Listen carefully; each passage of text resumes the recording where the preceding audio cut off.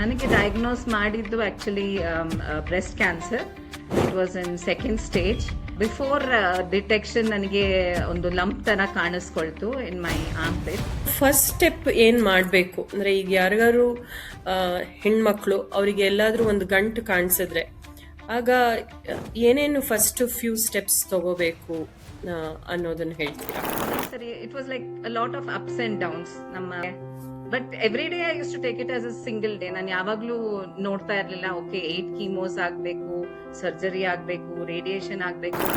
ಹಿಂದಿರುಗಿ ನೋಡಿದ್ರೆ ನಿಮ್ಮ ಲೈಫ್ ಚೇಂಜ್ ಆಗ್ಬಿಡುತ್ತು ಅಂತ ನಿಮ್ಗೆ ಏನಾದ್ರೂ ಅನ್ಸ್ತಾ ಈ ವಿಷಯ ಎಲ್ಲ ನಿಮಗೆ ಗೊತ್ತಾದ್ಮೇಲೆ? Hair style has changed. My look towards the entire the world ಅದೇ ಚೇಂಜ್ ಆಯ್ತು ನನಗೆ. ಇಂಥ ಕಷ್ಟ ಕಾಲದಲ್ಲಿ ನಿಮ್ಗೆ what help you stay grounded and move forward? ತುಂಬಾ ಯೋಚನೆ ಮಾಡ್ತಾ ಇದ್ದೆ ಮುಂಚೆ, ಭವಿಷ್ಯ ಏನಪ್ಪಾ, ನೆಕ್ಸ್ಟ್ 10 years ಅಲ್ಲಿ ಏನಪ್ಪಾ, ಇದೇನ್ ಮಾಡ್ಬೇಕು, ಅದೇನ್ ಮಾಡ್ಬೇಕು, ನನ್ ಮಗ ಏನಾಗ್ಬೇಕು, ಮಗಳೇನೇ ಆಗ್ಬೇಕು. ಮತ್ತೆ ರಿಕವರಿ ಆದ್ಮೇಲೆ ನಿಮ್ಗೆ ಹೆಲ್ತ್ ಬಗ್ಗೆ ಅಥವಾ ಗುಡ್ ಲೈಫ್ ಅನ್ನೋ ಕಾನ್ಸೆಪ್ಟ್ ಏನಿತ್ತು, ಅದ್ರ ಬಗ್ಗೆ ನೀವು ನೋಡೋ ದೃಷ್ಟಿ ಚೇಂಜ್ ಆಯ್ತಾ? ನಮ್ಮ ಆರೋಗ್ಯ ಅಥವಾ ನಮ್ಮ ಜೀವನ?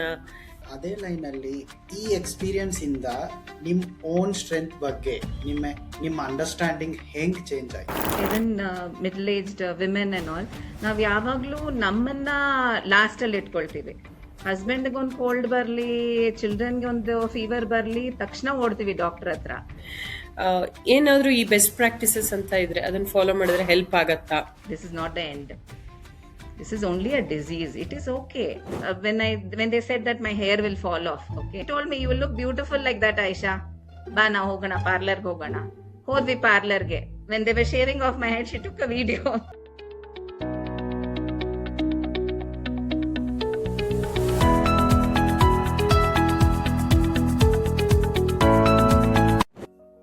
ಪ್ರೀತಿಯ ಗೆಳೆಯರೇ, ನಾವು ಹಿಂದಿನ ಎಪಿಸೋಡಲ್ಲಿ ಆಯಿಷಾ ಮೇಡಮ್ ಅವ್ರ ಜೊತೆ ಒಂದು ಧೈರ್ಯದ ಪಯಣ, ಕ್ಯಾನ್ಸರ್ ಸರ್ವೈವರ್ ಜರ್ನಿ ಹೇಗಿತ್ತು ಅನ್ನೋದನ್ನ ಸ್ವಲ್ಪ ಮಟ್ಟಕ್ಕೆ ತಿಳ್ಕೊಂಡ್ವಿ. ಇವತ್ತಿನ ಎಪಿಸೋಡಲ್ಲಿ ಅದೇ ಮುಂದುವರೆದ ಭಾಗ ಆಗಿರತ್ತೆ. ಇನ್ನಷ್ಟು ಹೆಚ್ಚಿನ ವಿಚಾರಗಳು, ಯಾವ ರೀತಿ ಧೈರ್ಯ ಹಾಗೂ ಪಾಸಿಟಿವಿಟಿ ನಮ್ಮನ್ನ ಕಷ್ಟಕಾಲದಲ್ಲಿ ಪಾರ್ ಮಾಡಕ್ಕೆ ಸಹಾಯ ಮಾಡುತ್ತೆ ಅನ್ನೋದನ್ನ ಇನ್ನೂ ಹೆಚ್ಚು ತಿಳ್ಕೊಳ್ಳೋಣ. ನಾವು ನಿಮ್ಮೊಂದಿಗಿರೋದು ಇವತ್ತಿನ ಎಪಿಸೋಡ್ TGV ಕನ್ನಡ ಉತ್ತಮ ಜೀವನಕ್ಕಾಗಿ ಅನುಭವದ ಮಾತುಕತೆ ಈ ಎಪಿಸೋಡ್ ಅಲ್ಲಿ. ನಾನು ಪ್ರತಿಭಾ ಕಾವ್ಯಶ್ರೀ. ನನ್ನ ಹೆಸರು ಭಾಷಾ ಅಂತ. Thank you ma'am, Ayesha ma'am, ಮತ್ತೊಮ್ಮೆ ನಮ್ಮೊಂದಿಗೆ ಬಂದಿದ್ದಕ್ಕೆ ಥ್ಯಾಂಕ್ ಯು. ಓಕೆ ಮ್ಯಾಮ್, ನಿಮಗೆ ಯಾವ ಸಪೋರ್ಟ್ ಜಾಸ್ತಿ ಇಂಪಾರ್ಟೆಂಟ್ ಆಯ್ತು? ಎಮೋಷನಲ್ ಸಪೋರ್ಟಾ, ಪ್ರಾಕ್ಟಿಕಲ್ ಹೆಲ್ಪಾ, ಅಥವಾ ಸಿಂಪ್ಲಿ ಯಾರಾದ್ರೂ ಪಕ್ಕದಲ್ಲಿ ಇರುವುದು? ಯಾವ್ದು ನಿಮ್ಗೆ ತುಂಬಾ ಇಂಪಾರ್ಟೆಂಟ್ ಆಯ್ತು? At means may be all the 3. ಇದು 3 ಅಲ್ಲದೆ ನಿಮ್ಗೆ ಬೇರೆ ಏನಾದ್ರೂ ಅನ್ಸಿದ್ರೆ ಇತ್ತು ಅಂದ್ರೆ ಅದು ಕೂಡ ಶೇರ್ ಮಾಡಿ please.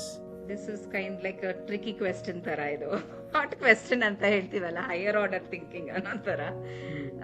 So see, all those supports are required. ನನಗೆ ಫಿಸಿಕಲಿ ಹೆಲ್ಪ್ ಬೇಕಿರ್ಲಿಲ್ಲ at any point of time.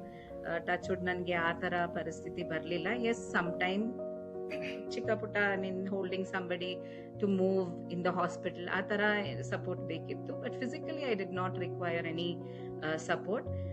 Main thing ಏನ್ ಹೇಳಕ್ ಬಯಸ್ತೀನಿ ಅಂದ್ರೆ, because cancer is something that the cost factor is a lot. You have to pay a lot to get treated. Okay, that is a major thing. So ನಾನು ಎಲ್ರಿಗೂ ಹೇಳೋದು ಇನ್ನೊಂದು ಮುಖ್ಯವಾದ ಅಂಶ ಏನು ಅಂದ್ರೆ, get your insurance done.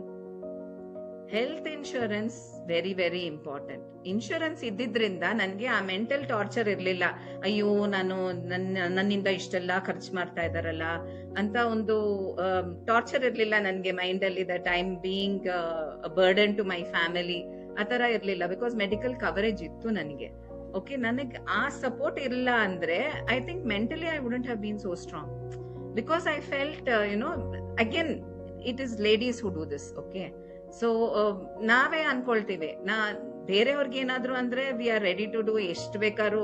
Doctor ಒಳ್ಳೆ ಹಾಸ್ಪಿಟಲ್ಗೆ ಹೋಗ್ತೀವಿ, ಒಳ್ಳೆ ರೂಮ್ ತಗೊಳ್ತೀವಿ, ಒಳ್ಳೆ ಏನೇನು ಆಗತ್ತೆ ಎಲ್ಲ ಮಾಡ್ತೀವಿ, ಎಷ್ಟು ಖರ್ಚಾದ್ರೂ ಪರವಾಗಿಲ್ಲ ಅಂತೀವಿ.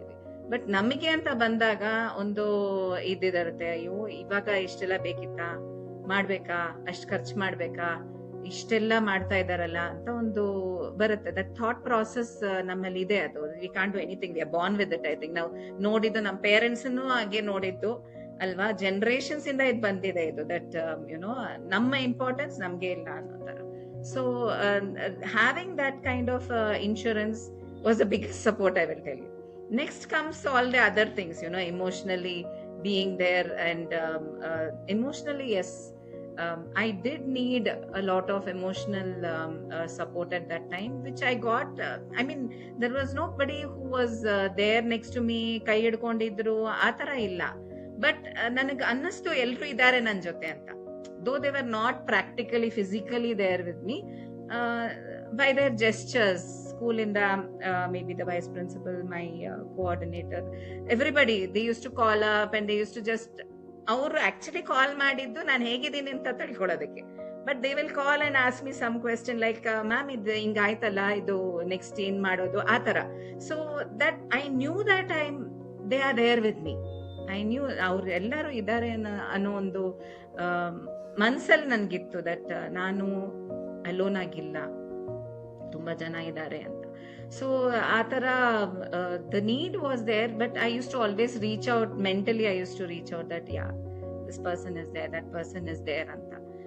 Though physically, how everybody is busy in their own worlds, alva. So yeah, whenever I needed, yes, my friends, my best friends, everybody were there. My sister was there, like I said, family was always there, my son, my daughter, eldru idru, eldru pray ಮಾಡ್ತಾ ಇದ್ರು. So that gave me that emotional support. But as such, physically holding hand and all, I don't know, that wasn't there, and it's okay. ನಿಜ madam, ನೀವು ಹೇಳಿದ್ದಂದ್ರೆ medical insurance ಅನ್ನೋದು ತುಂಬಾನೇ ಮುಖ್ಯ. And that's a very great message.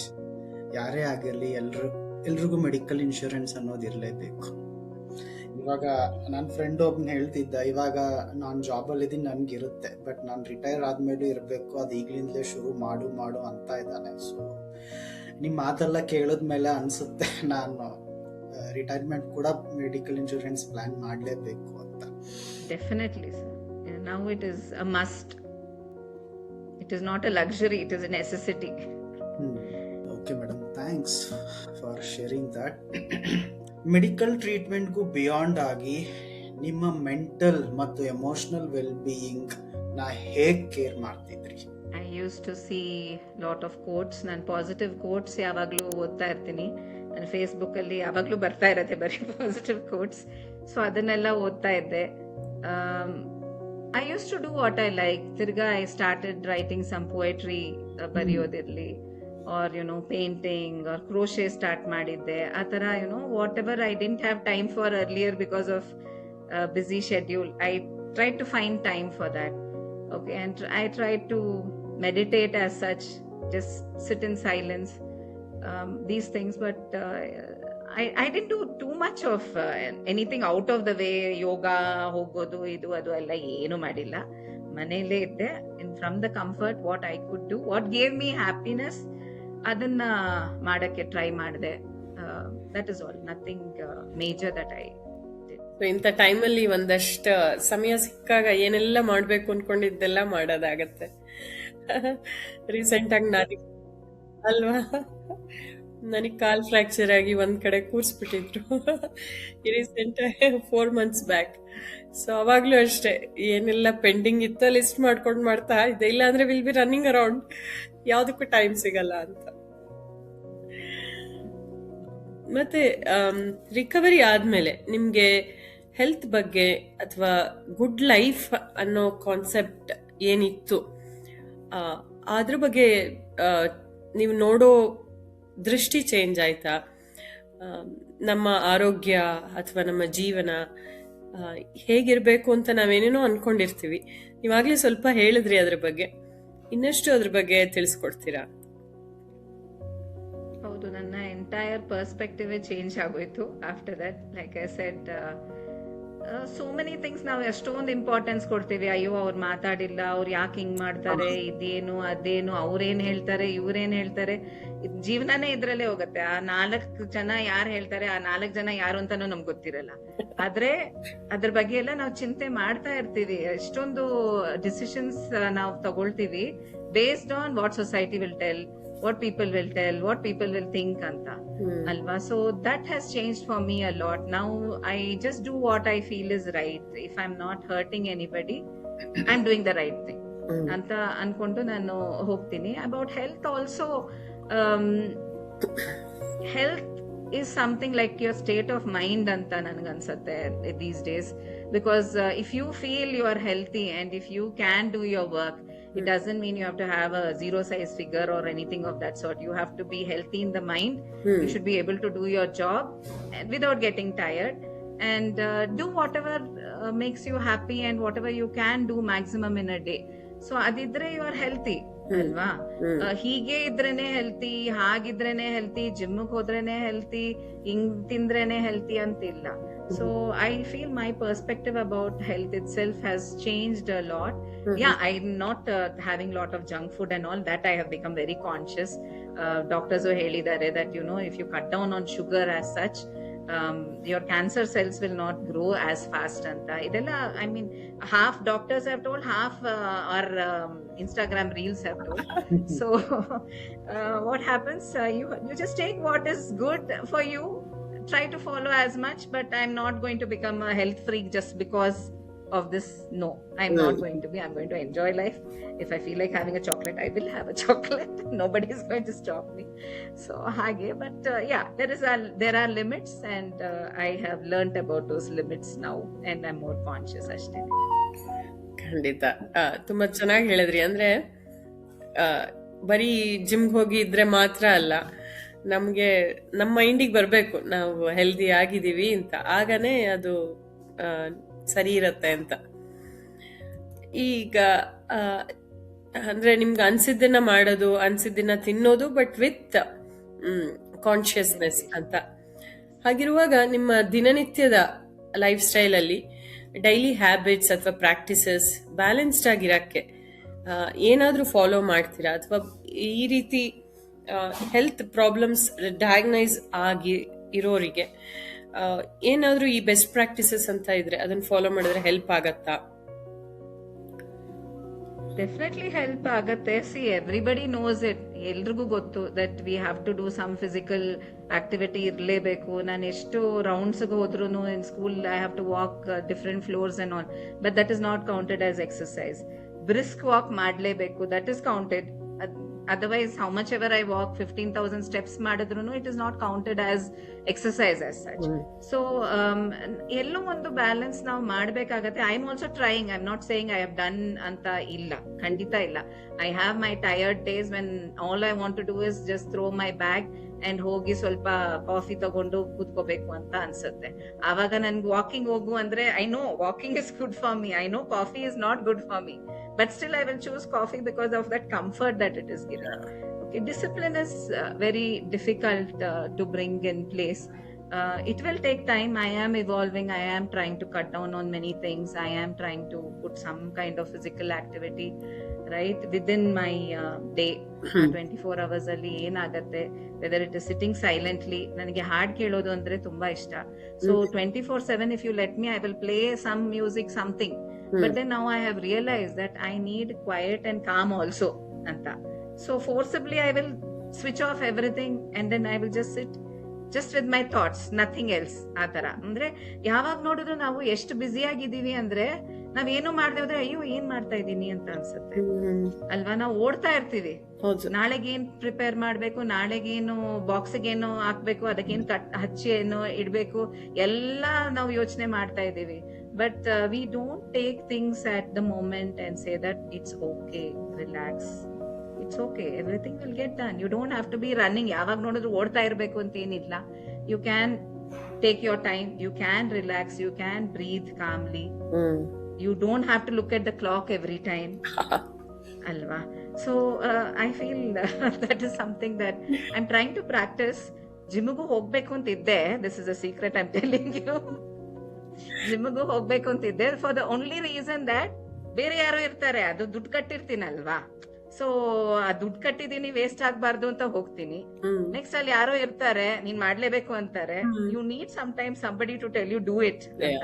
So I am definitely thinking about going to the gym also.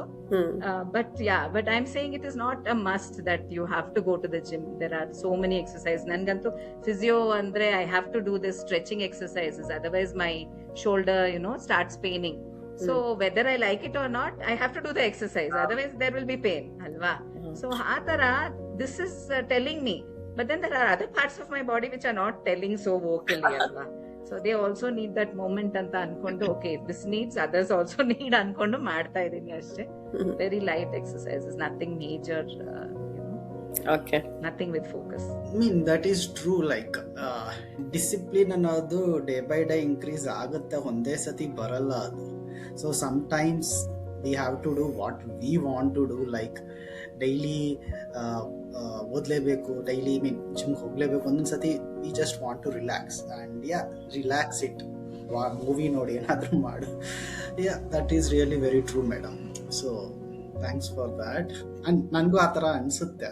So ಒಂದೊಂದ್ಸತಿ ಅದು ಮಾಡಿಲ್ಲ ಅಂದರೆ somehow I will guilty feeling ಬರುತ್ತೆ. ಸೊ ಅಷ್ಟು ಗಿಲ್ಟಿ ನಮ್ಮನ್ನು ನಾವೇ ಮಾಡ್ಕೊಳ್ಳೋ ಅವಶ್ಯಕತೆ ಏನೂ ಇಲ್ಲ. ಓಕೆ, ಸೊ ನೆಕ್ಸ್ಟ್ ಕ್ವಶನ್ಗೆ ಹೋಗೋಣ. ಸೊ ಈ ಜರ್ನಿ ನಿಮ್ಮ ಪ್ರಯಾರಿಟೀಸ್ ಏನಾದರೂ ಚೇಂಜ್ ಮಾಡ್ತಾ? ಈ priority now is myself. Sometimes sorry, like I said, every time it was kids, husband, right? So now I have prioritized myself also. ಆ ಲಿಸ್ಟ್ ಅಲ್ಲಿ ನಾನು ಇದೀನಿ ಅಂತ ಒಂದು ಸ್ಟೆಪ್ ಮೇಲ್ ಹೋಗಿದ್ದೀನಿ. Otherwise I was at the bottom, always at the bottom. Okay, ಎಲ್ರದ್ದು ಆದ್ಮೇಲೆ ನಂದು ಅಂತ. ಈಗ ಹೇಳ್ದಂಗೆ ಪ್ರತಿಭಾ ಮ್ಯಾಮ್ ಹೇಳ್ದಂಗೆ ಬಿಗಿನಿಂಗ್ ಅಲ್ಲಿ ಹೇಳಿದ್ರಲ್ವಾ, so if you don't have anything to give, what will you give ಅಲ್ವಾ? You cannot pour from an empty cup ಅಂತ ಹೇಳ್ತಾರಲ್ಲ. ಸೊ ನಾನ್ ನೋಡ್ಕೊಂಡ್ರೆ ನಾನು ಬೇರೆಯವ್ರಿಗೆ ಯೂಸ್ಫುಲ್ ಆಗಿರೋದು, ಇಲ್ದಿದ್ರೆ ಬೇರೆಯವ್ರು ನನ್ನನ್ನು ನೋಡ್ಕೋಬೇಕಾದ ಅವಶ್ಯಕತೆ ಬರುತ್ತೆ. So I have decided that ನನ್ನನ್ನು ನಾನು ಫಸ್ಟ್ ನೋಡ್ಕೋಬೇಕು, then everything else will fall in to place. I am not saying ಬೇರೆಯವ್ರನ್ನೆಲ್ಲ ಬಿಟ್ಟು ಬರೀ ನನ್ನ ಮೇಲೆ focus, no, not that. I will give myself also importance ಅಂತ, along with giving importance to everybody else. That is one thing that I have learned from this journey, and that is one thing I'm trying to inculcate in myself, that you are also important to you, Aisha. Give yourself importance anta ನನಗೆ ನಾನೇ ಹೇಳ್ಕೊಳ್ತೀನಿ. Definitely ಆ ಥರದ್ದು ಒಂದೊಂದು message ನಾವು ಹೇಳ್ಕೊತಾ ಇರ್ಬೇಕನ್ಸುತ್ತೆ. ನಾವು TGV ಕನ್ನಡದಲ್ಲಿ ಇದಕ್ಕೆ ಮುಂಚೆ ಒಂದ್ಸಲ ಎಪಿಸೋಡ್ ಮಾಡಿದಾಗ್ಲೂ ಒಬ್ರು ಹಾಗೆ ಹೇಳಿದ್ರು, ಮನೇಲಿ ಇರ್ತೀವಿ ಅಂದ ಕೂಡಲೇ ಎಂಥದೋ ಬಟ್ಟೆ ಹಾಕೊಂಡು ತಲೆ ಬಾಚ್ಕೊಳ್ದೆ ಯಾಕಿರ್ಬೇಕು, ದಿನ ಬೆಳಗ್ಗೆ ರೆಡಿಯಾಗಿ ಕನ್ನಡಿಲಿ ಮುಖ ನೋಡ್ಕೊಳ್ಳಿ, ನಿಮಗೆ ನೀವು ಚೆನ್ನಾಗಿ ಕಾಣ್ತಿದ್ದೀರಾ ಅಂತ ನೀವು ಹೇಳ್ಕೊಡಿ. So don't wait for others to tell, oh you are looking good ಅಂತ. ಮನೇಲಿದ್ರು ಇದೆಲ್ಲ ಮಾಡಿ ನೆಕ್ಸ್ಟ್ ಅಡುಗೆ ಮನೆಗೆ ಹೋಗಿ ಅಂತ. That so true and important ಅಲ್ವಾ, ನಮ್ಮನ್ನು ನಾವು ಕೇರ್ ಮಾಡ್ಕೊಳ್ಳೋದು ತುಂಬ.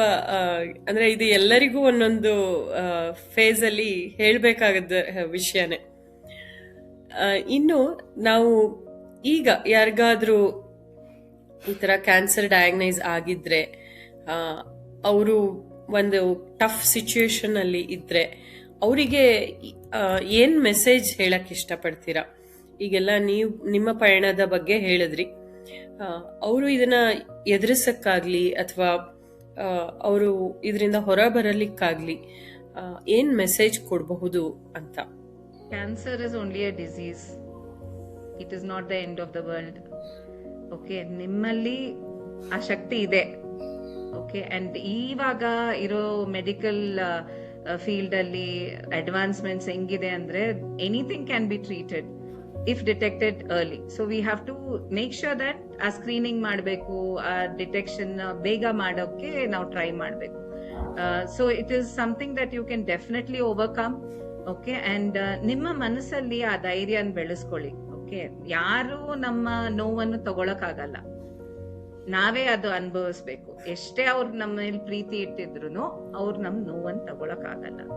And so what you have to do, you have to go through it ಅಷ್ಟೇನೆ. ಅದನ್ನ ಒಂದು ಫೇಸ್ ಆಫ್ ಯೋರ್ ಲೈಫ್ ಅಂತ ಅನ್ಕೊಂಡು ನಾವು ಒಂದು ಮಾಡಿದ್ರೆ ಇಟ್ ಈಸ್ ಈಸಿಯರ್. ಅಂಡ್ ಯಾವಾಗ್ಲೂ don't think about the long term, next ಏನು, ಜಸ್ಟ್ ಶಾರ್ಟ್ ಟರ್ಮ್ ಅಲ್ಲಿ. So every goal that you are having, if you just ಅದನ್ನ ನೀವು ಪಾಸ್ ಮಾಡ್ತಾ ಹೋದ್ರೆ ಆ ಪಯಣ ನಿಮ್ಗೆ ತುಂಬಾ ಈಸಿ ಅಂತ ಅನ್ಸುತ್ತೆ. Once you are going through, I am not saying that it is not difficult. Yes, difficulty ಇದ್ದೇ ಇರುತ್ತೆ. Your body will be saying so many things, right? Your mind will be upset. You will have so many questions regarding your appearance, regarding okay, ಬೇರೆಯವ್ರು ಏನ್ ಅನ್ಕೊಳ್ತಾರೆ, ನಮ್ಮನ್ನ ನೋಡಿದಾಗ ಅವ್ರಿಗೆ ನಾವು ಚೆನ್ನಾಗಿ ಕಾಣಿಸ್ತಲ್ವೋ ಏನು ಅಂತ ಎಷ್ಟೊಂದು, ಎಸ್ಪೆಷಲಿ ಫಾರ್ ಲೇಡೀಸ್ ಅದು ಜಾಸ್ತಿನೇ ಇದೆ. Okay, whether my husband will find I am attractive, ಎಂತೆಂತದೋ ಇರುತ್ತೆ ಮನ್ಸಲ್ಲಿ ಆ ತರದೆಲ್ಲ.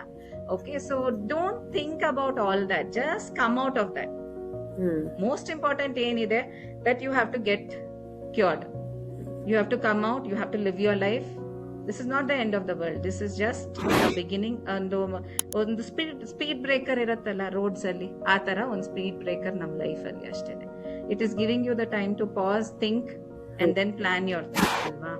So it's not the end. It is not that the whole road is bumpy. It is just that speed breaker. ಆ phase ಅನ್ನು ನಾವು ದಾಟ್ಕೊಂಡು ಹೊಟ್ಟೋದ್ರೆ there is nothing like it. You will appreciate everything more.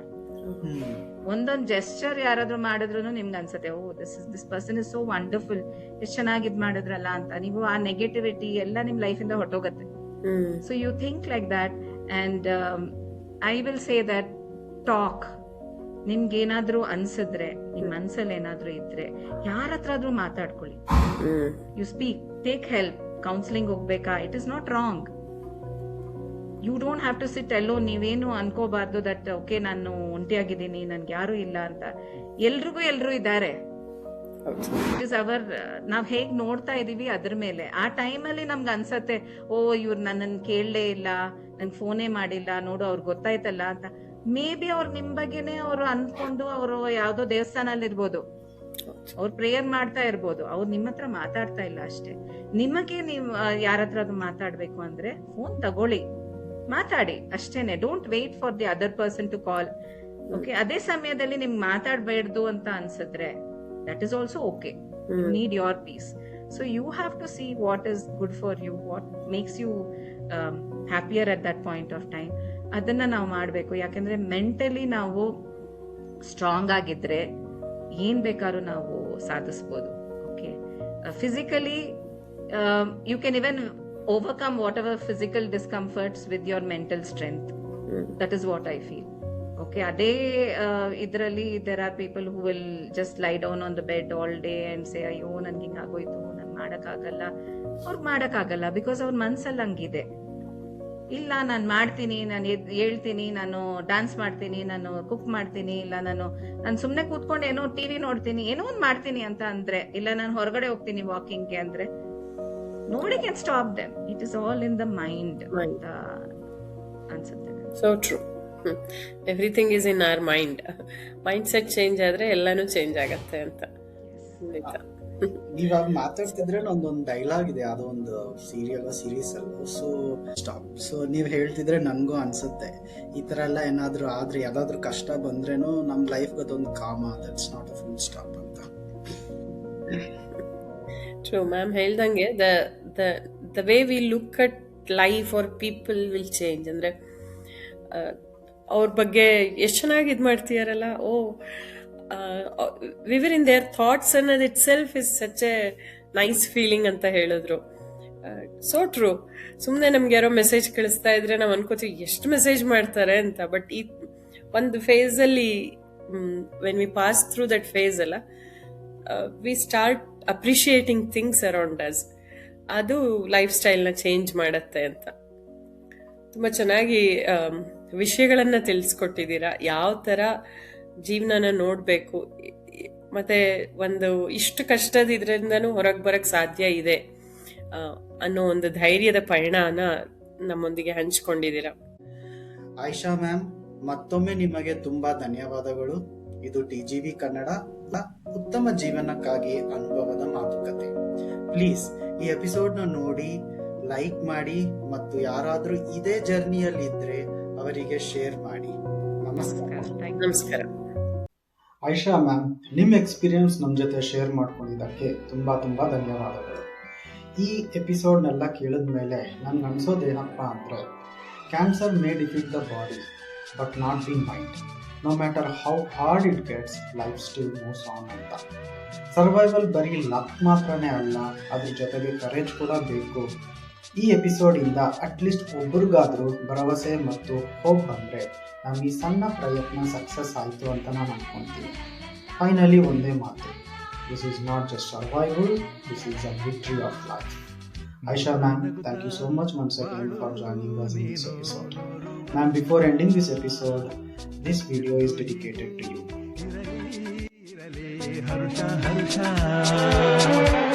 ಬಾಳಿನ ದೀಪ ನಿನ್ನ ನಗು, ದೇವರ ರೂಪ ನೀನೆ ಮಗು. ನಗುತ್ತಾ ನಗುತ್ತಾ ಬಾಳು ನೀನು 100 ವರ್ಷ. ಎಂದು ಹೀಗೆ ಇರಲಿ ಇರಲಿ ಹರುಷ ಹರುಷ. ಉಲ್ಲಾಸದ ಶುಭ ದಿನಕ್ಕೆ ಸಂತೋಷವೇ